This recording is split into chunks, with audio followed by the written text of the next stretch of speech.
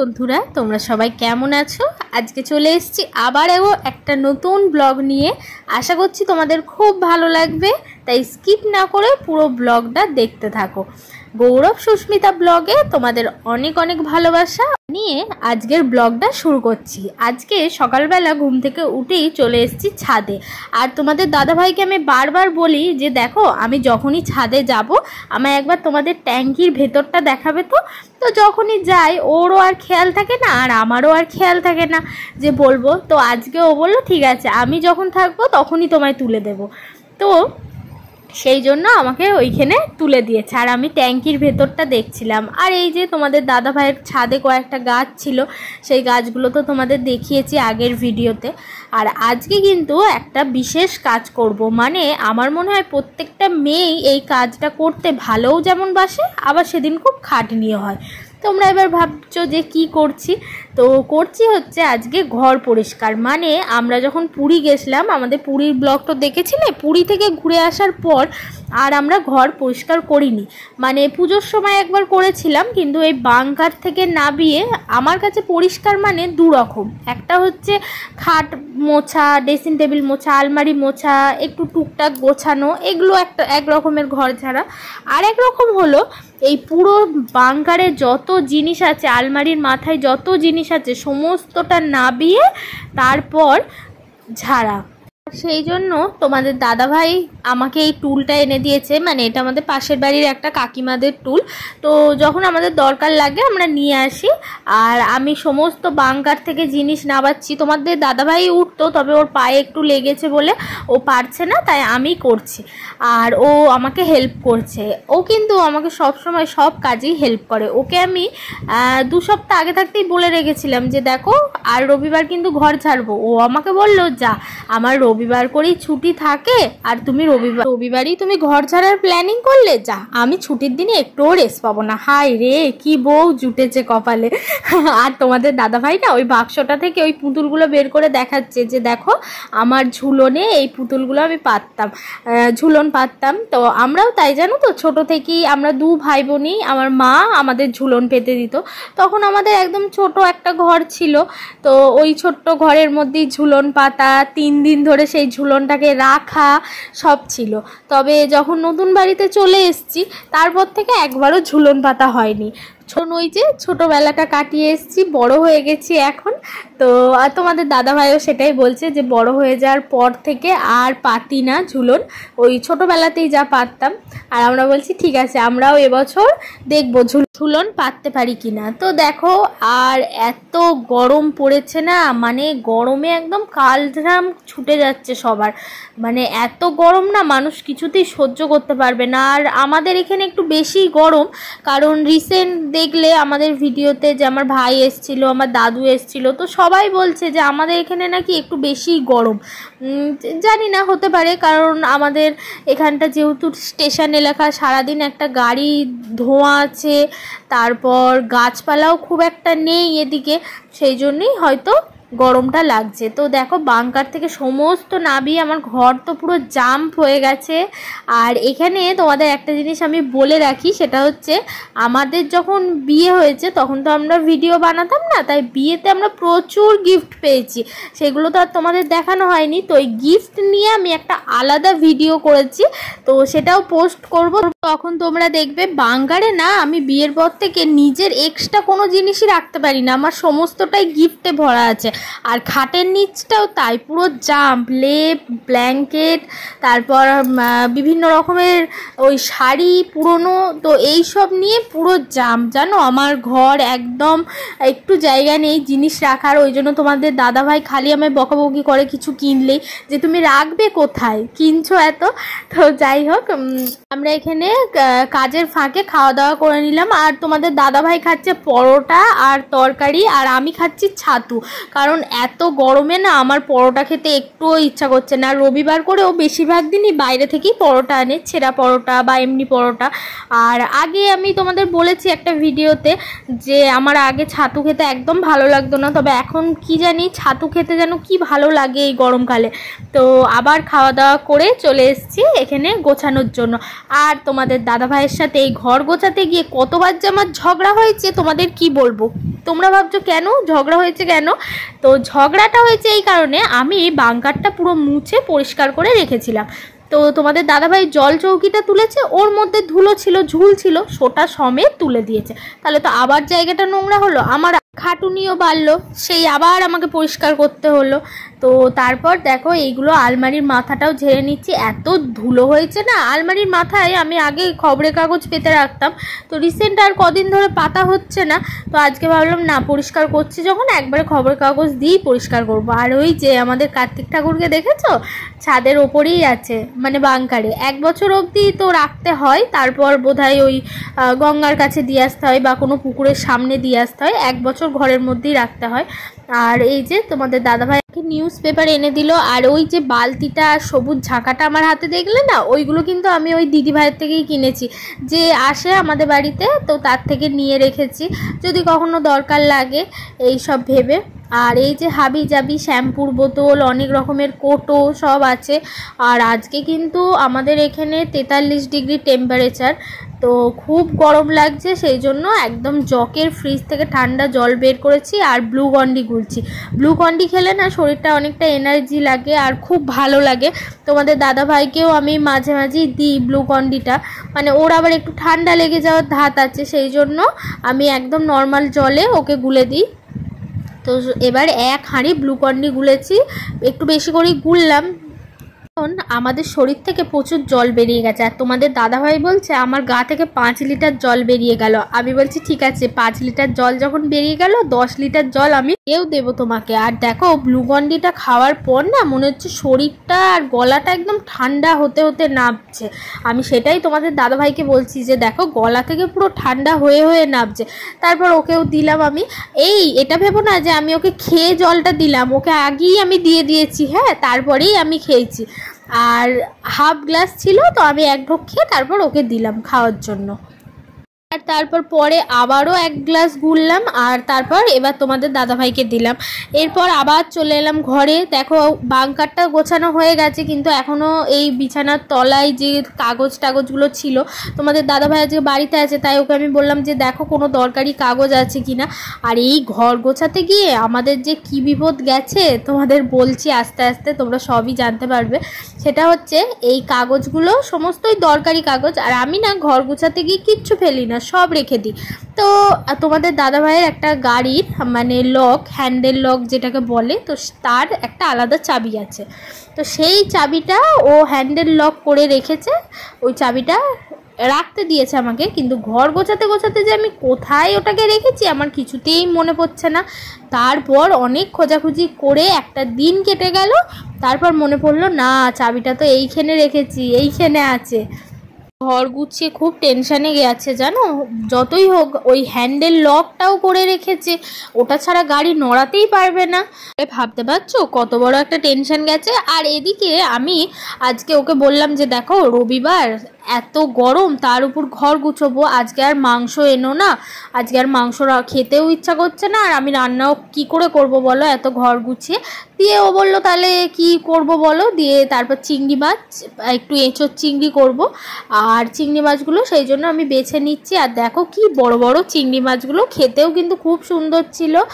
আর তাই আমি তোমাদের দাদাভাইকে দেখাচ্ছি যে দেখো এই চিংড়ি মাছের থেকে আর একটু বড় হলে গলদা চিংড়ি করা যাবে। আর ও বলছে হ্যাঁ আমি গলদা চিংড়ি খেতে তো খুব ভালোবাসি। আমি বললাম ঠিক আছে তোমাকে খাওয়াবো, বর্ষাটা একটু পড়ুক, তারপর তোমায় গলদা চিংড়ি একদিন করে খাওয়াবো, এত গরমে তো আর খেতে পারবে না তার জন্য। আর এখানে দেখো আমি নাচানাচি করছি, কারণটা দেখতেই পাবে তোমরা। দেখো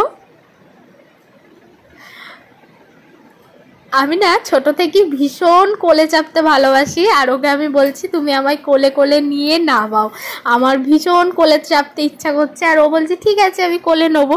তবে জানো তো আমি না খুব লাকি যে ওর মতো একজনকে পেয়েছি, মানে আমার সব সময় সমস্ত আবদার এত সুন্দরভাবে ম্যানেজ করতে পারে যেটা তোমাদের কি বলবো। আর এই যে আমাকে নামিয়ে দিল, প্রায় আমার বাংকারের কাজ, আলমারি গোছানোর কাজ সবই কমপ্লিট। তাই ওকে আমি বলছি টুলটা এবার বাইরে দিয়ে এসো। আর আনলাটা গোছাচ্ছি, আনলায় অনেক বাতিল শাড়ি জামা কাপড় হয়েছিল, তো আনলাটা সেই জন্য ভালো করে একবার গুছিয়ে নিচ্ছি। আর আমি ওই যে দিদির থেকে গামলা ঝুড়ি বাসন কোসন নিই না, তো তাকেও অনেক কাপড় দিই। আর সে না আমার থেকে চেয়েছে যে দিদি তোমার কিছু পুরনো ব্লাউজ থাকলে দিও। তো পুরনো তো একদম নেই, তো কিছু আছে যেগুলো আর পরতে ইচ্ছা করছে না, আমার কাছে অনেকটাই পুরনো লাগছে। তো সেই জন্য কয়েকটা ব্লাউজও দেখে রাখলাম, ও যখন আসবে তখন ওকে দেব।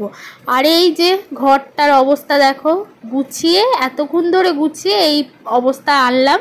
তো তারপর আমার এদিকে আনলা গোছানো হয়ে গেছে। সত্যি যে ঘরে থাকবো সেই ঘরটা যদি পরিপাটিভাবে গোছানো না থাকে না, তাহলে কিছুই যেন ভালো লাগে না। আর এরপর তোমাদের দাদাভাইকে আমি বললাম তুমি ঘরটা মুছে দাও, আর আমি স্নান করতে যাব, তারপর রান্না করব। আর এই বাংকারের পর্দাটা এই আজকেই খুলে কেচে তারপর তোমাদের দাদাভাইকে বলেছি যে লাগিয়ে দেবে যে কোনো একটা দিন, ও বললো ঠিক আছে। আর এই যে সুন্দরভাবে সব কিছু গুছিয়ে রাখা হয়ে গেছে। তো ব্যাস 8টা থেকে লেগেছি, আর আমাদের ঘর গোছাতে প্রায় 1টা বেজে গেল। আর ঘরটার অবস্থাও খুব সুন্দর হয়েছে। ডলুমিটিও মাঝে একবার এসেছিল, এসে বলছে বাহ ঘরটা তো খুব ভালো লাগছে দেখতে। আর এদিকে চলে এসেছি আমি রান্না করতে। আজকে তোমাদের আগেই বলেছিলাম কি রান্না করব। আমার রান্না বান্না চলুক, তোমরা ভিডিওটা দেখতে থাকো।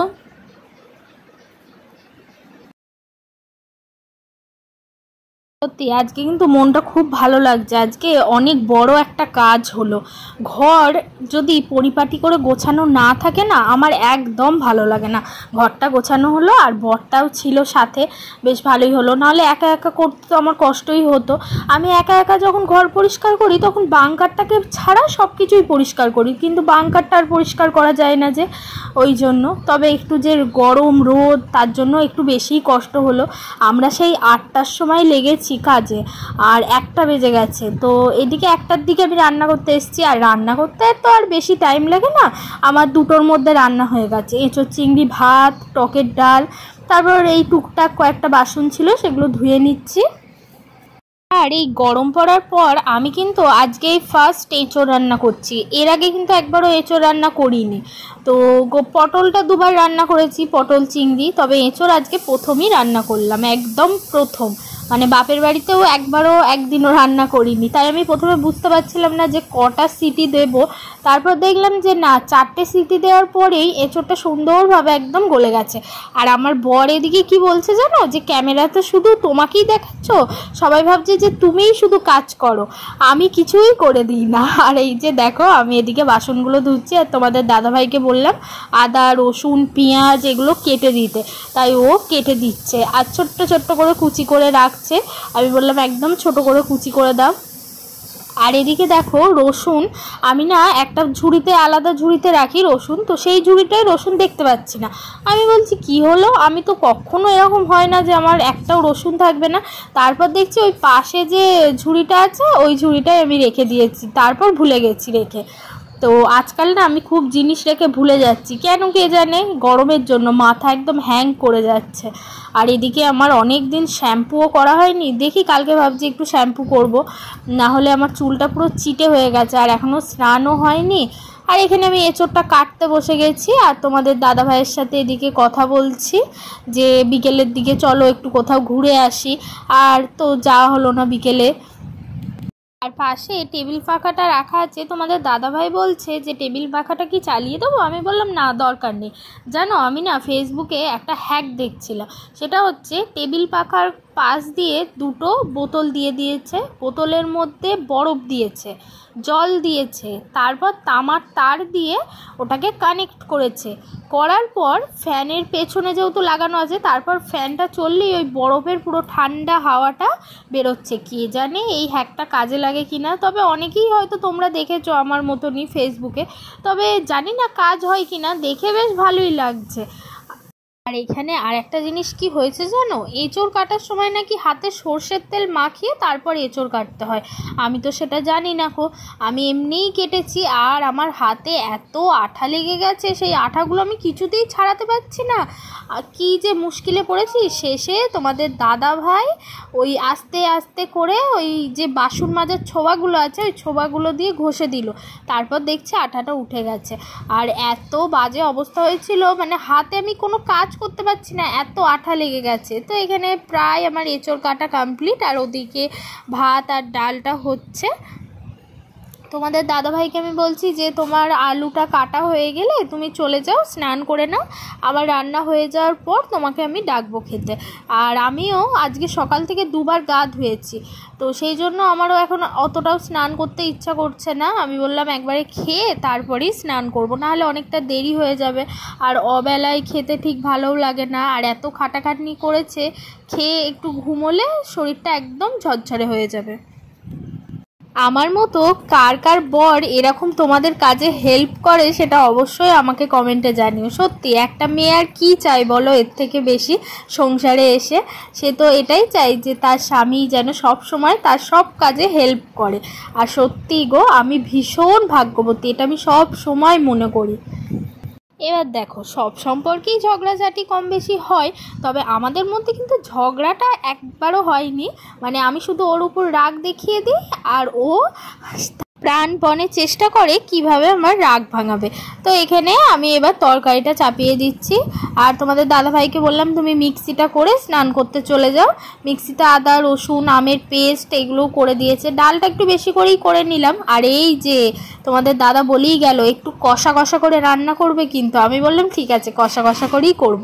আর দেখো কি সুন্দর কালার এসেছে। আমি না এই জিনিসটা জানতাম না জানো, আমার এক যা আমাকে বলেছে যে যখন চিকেন বা পটল চিংড়ি বা এঁচোড় চিংড়ি বা অন্য কিছু মানে কোনো স্পাইসি জাতীয় খাবার রান্না করবে, তখন তার মধ্যে 1-2 চামচ টক দই ফেলে দেবে, তাতে কালারটাও ভীষণ সুন্দর আসে আর টেস্টটাও খুব ভালো আসে। আর তোমাদের দাদাভাই আর আমি কিন্তু ডাল নিইনি, মানে ডালটা আজকে আমার ফালতু করা হলো, ডাল দুজনের মধ্যে কেউই খেলাম না। তো এত ভালো হয়েছে এঁচোড় চিংড়িটা, আর মাছগুলোও খুব ভালো ছিল, তোমাদের তো বাঁচার সময় দেখালাম কতটা সুন্দর ছিল। আর এই যে তোমাদের দাদাভাইয়ের সব থেকে শখের একটা চেয়ার, এটা ঘর গোছাতে গিয়ে বের করেছিলাম ঘর থেকে, তো সেটাই ওকে বলছি যে একটু মুছে তারপর ঘরে আবার ঢুকিয়ে দেবে চেয়ারটা।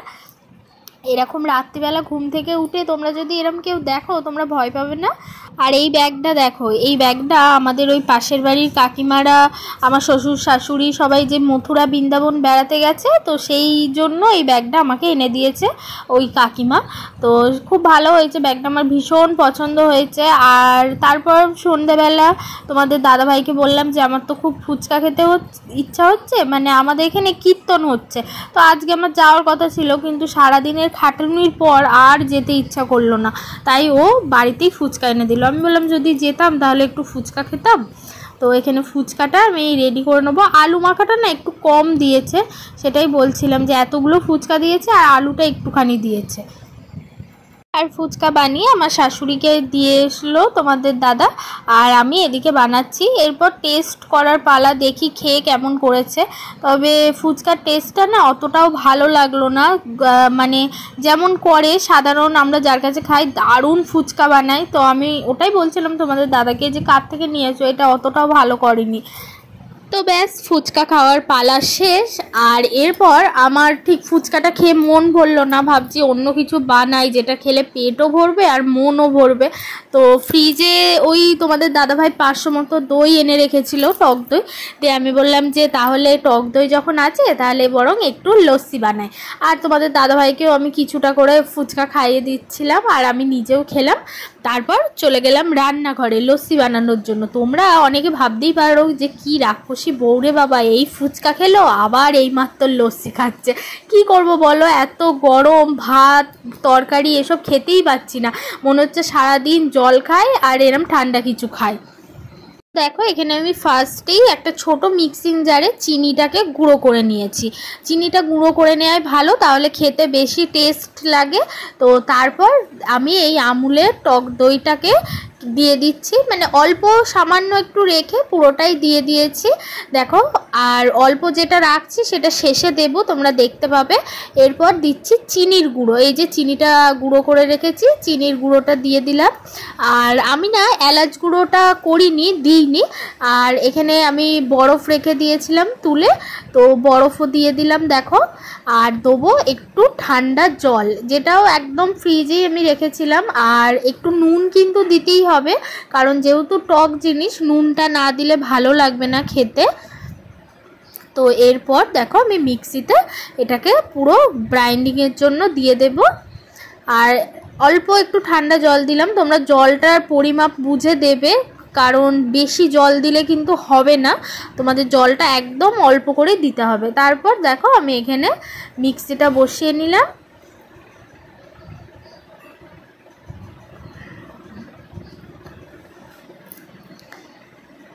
এইরকমভাবে 2-3 বার ঘোরালেই আমাদের একদম লস্যি রেডি হয়ে যাবে।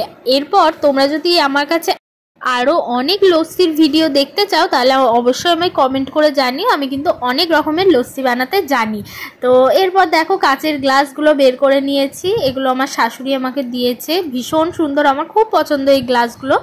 তো এরপর লস্যিটা আমি ঢেলে নেব। আর ব্যাস আমার লস্যি রেডি। এরপর 3 গ্লাস একদম মাপে মাপেই হয়েছে। তোমাদের দাদাভাই বলছে তুমি তো কোনো মাপ নিলে না, তাহলে 3 গ্লাস কিভাবে হলো? আমি বলছি আমার চোখের আন্দাজেই হয়েছে। হ্যাঁ, তো যাই হোক, এরপর আমি একবারে গ্লাসে ঢেলে সার্ভ করব। আমি এলাচ গুঁড়ো দিইনি বা বিট নুনও দিইনি, তোমরা চাইলে ওপর থেকে একটু বিট নুন একটু এলাচ গুঁড়ো দিতেই পারো। আর আমি ওপর থেকে দিয়ে দিলাম ওই যে বেঁচে যাওয়া টক দইটা অল্প যেটা রেখেছিলাম, তো সেইটা দিয়ে দিলাম। আর ভীষণ সুন্দর খেতে হয়েছিল, মানে দারুণ হয়েছিল। তারপর আমার বর আমার শাশুড়িকে দিয়ে এলো, আর আমাদেরটা নিয়েও আমরা ঘরে গেলাম। লস্যিটা খেয়ে পেটটাও বেশ ভরে গেল আর ভীষণ ভালো লাগলো খেতে। তো তোমাদের ভিডিওটা কেমন লাগলো অবশ্যই সেটা কমেন্ট করে জানিও। সবাই ভালো থেকো, সুস্থ থেকো। আজকের মতো টাটা।